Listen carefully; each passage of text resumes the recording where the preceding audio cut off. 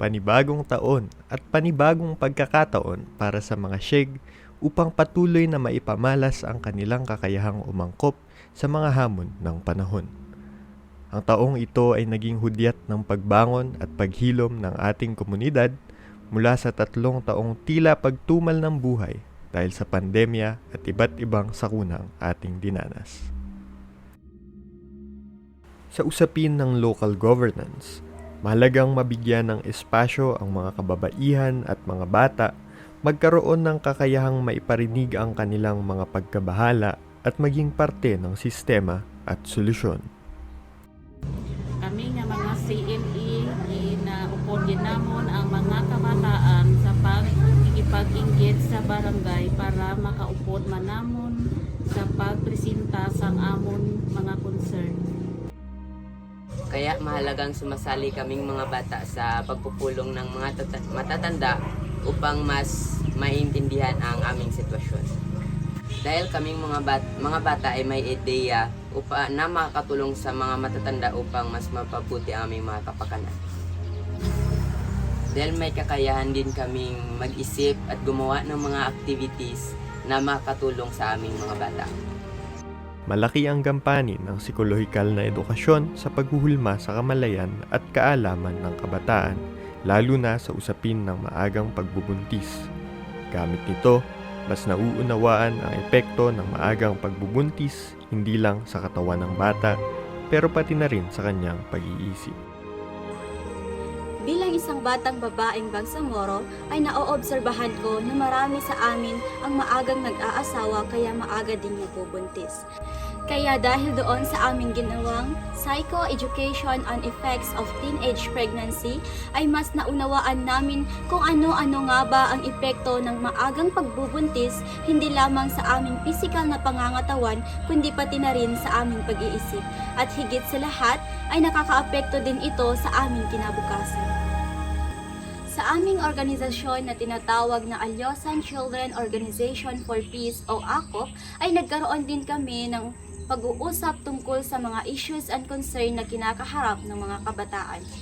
Dahil dito ay bumuo kami ng goals, plano at activities na pagtutuunan namin ng pansin sa pagkikipag-usap sa BCPC. Hindi bihira sa bansa ang mga kalamidad, ngunit isang bahagi lang ng buhay ang paghahanda sa mga pisikal na epekto ng sakuna.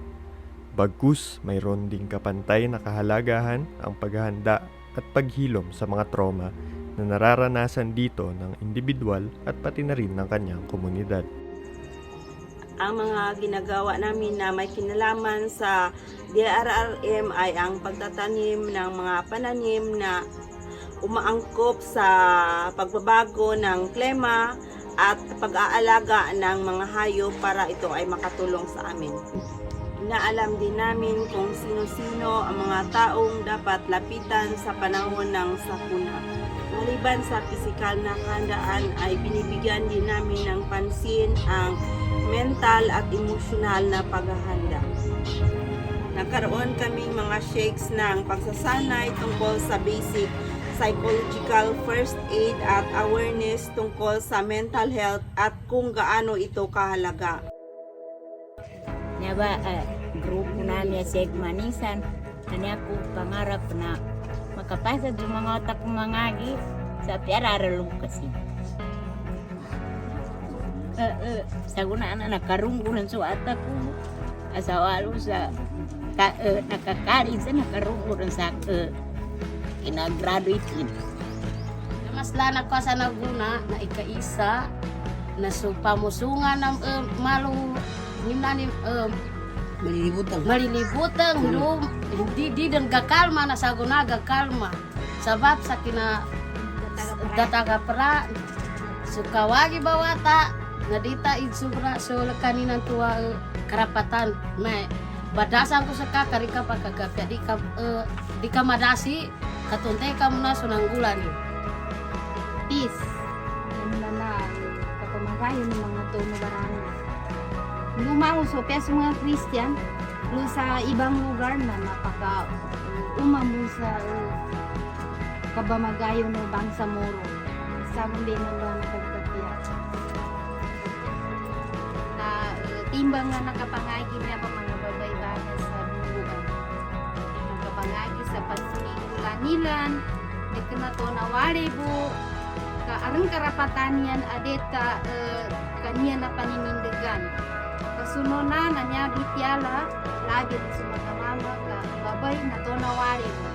Pagagas, bamipi, pambabata, na kami magka-jeg member na mas labas nga manali bityala mas lahi karapatan mas kami sa gunaban niya mga timpo katawan namin ang bagato yan ni mana ipaglaban namin karapatan namin ang mga bagbay kasi kung dead cell kami to nawalin mapake pa na maging kagawad kami kagawad ang sig member. Ang patuloy na pagharap ng mga Sieg sa hamon ng kanilang mga organisasyon at komunidad ay hindi pa nagtatapos dito. Patuloy silang nagpapalakas at nagpapakatatag para sa pag-abot ng kanilang minimithing pagbabago.